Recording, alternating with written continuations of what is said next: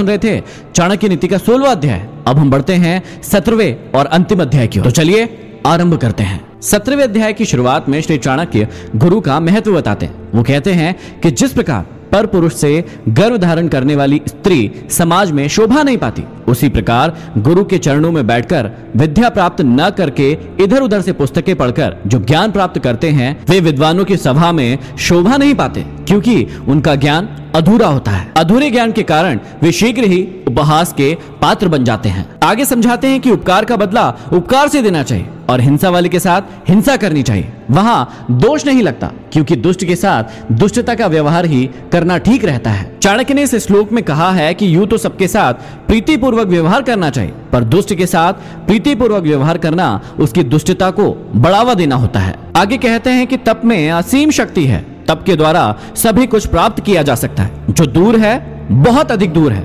जो बहुत कठिनता से प्राप्त होने वाला है और बहुत दूर स्थित है। ऐसे साध्य को तपस्या के द्वारा ही प्राप्त किया जा सकता है। तप के द्वारा तो ईश्वर को भी प्राप्त किया जा सकता है। अतः जीवन में साधना का विशेष महत्व है। आगे कहते हैं कि लोभ सबसे बड़ा अवगुण है, पर निंदा सबसे बड़ा पाप है। सत्य सबसे बड़ा तप है और मन की पवित्रता सभी तीर्थों में जाने से बेहतर है। सज्जनता सबसे बड़ा गुण है और यश सबसे उत्तम आभूषण है। आगे कहते हैं कि शक्तिहीन मनुष्य साधु होता है, धनहीन व्यक्ति ब्रह्मचारी होता है, रोगी व्यक्ति देवभक्त होता है और बूढ़ी स्त्री पतिव्रता होती है। भाव यह है कि ये सभी लोग असमर्थ रहने के कारण से ही ऐसे हैं। अतः जो व्यक्ति प्रयास नहीं करता, परिश्रम नहीं करता, वह आलसी और निकम्मा होकर अपने आप को ऐसा बना लेता है। परिस्थितियों से घबराकर मुंह मोड़ लेना कायर मनुष्य का काम है। व्यक्ति को तो चाहिए कि वह अपना कार्य पूरे मनोयोग से करे। सच्चे अर्थों में वही धर्म है। सांप के दांत में विष होता है, मक्खी के सिर में विष होता है, बिच्छू की पूंछ में विष होता है, लेकिन दुष्ट व्यक्ति के पूरे शरीर अर्थात सारे अंगों में विष होता है। भाव यह है कि दुर्जन व्यक्ति हर प्रकार से सज्जनों को कष्ट पहुंचाने वाला होता है। उसका साथ किसी भी रूप में सुखकारी नहीं है। बुद्धिमान व्यक्ति सदैव ऐसे दुष्ट व्यक्ति से बचकर चलते हैं, क्योंकि दुर्जन व्यक्ति के तो सारे अंग में विष भरा होता है। आगे समझाते हैं कि हाथ की शोभा दान से होती है, न कि कंगन पहनने से होती है। शरीर की शुद्धि स्नान से होती है, न कि चंदन लगाने से होती है। बड़ों की तृप्ति सम्मान करने से होती है, न कि भोजन कराने से। शरीर की मुक्ति ज्ञान से होती है, न कि शरीर का श्रृंगार करने से होती है। भाव यह है कि आडंबरों से शरीर को शुद्ध नहीं किया जा सकता। दान देने, स्वच्छ जल से स्नान करने, बड़ों का सम्मान करने और उचित ज्ञान प्राप्ति के उपरांत ही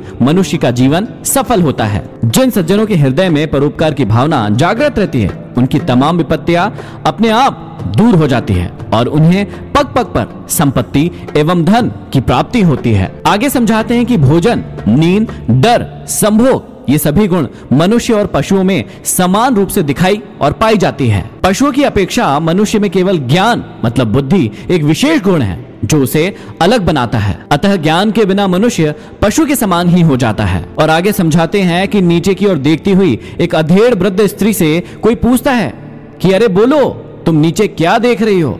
पृथ्वी पर तुम्हारा क्या गिर गया है? तब वह स्त्री कहती है, अरे मूर्ख, तुम नहीं जानते, मेरा युवावस्था रूपी मोती नीचे गिरकर नष्ट हो गया है। कहने का अर्थ यह है कि यौवन का मोती एक बार नष्ट हो जाए अर्थात जवानी एक बार चली जाए तो फिर लौटकर नहीं आती। इसलिए आप सब भी अपनी जवानी का सही उपयोग कीजिए, अपने लक्ष्यों को प्राप्त कीजिए और अपनी जिंदगी में कुछ ऐसा हासिल कर जाइए कि मरने के बाद भी आप लोगों के दिलों में रहें। और यहीं पर समाप्त होता है चाणक्य नीति का अंतिम अध्याय।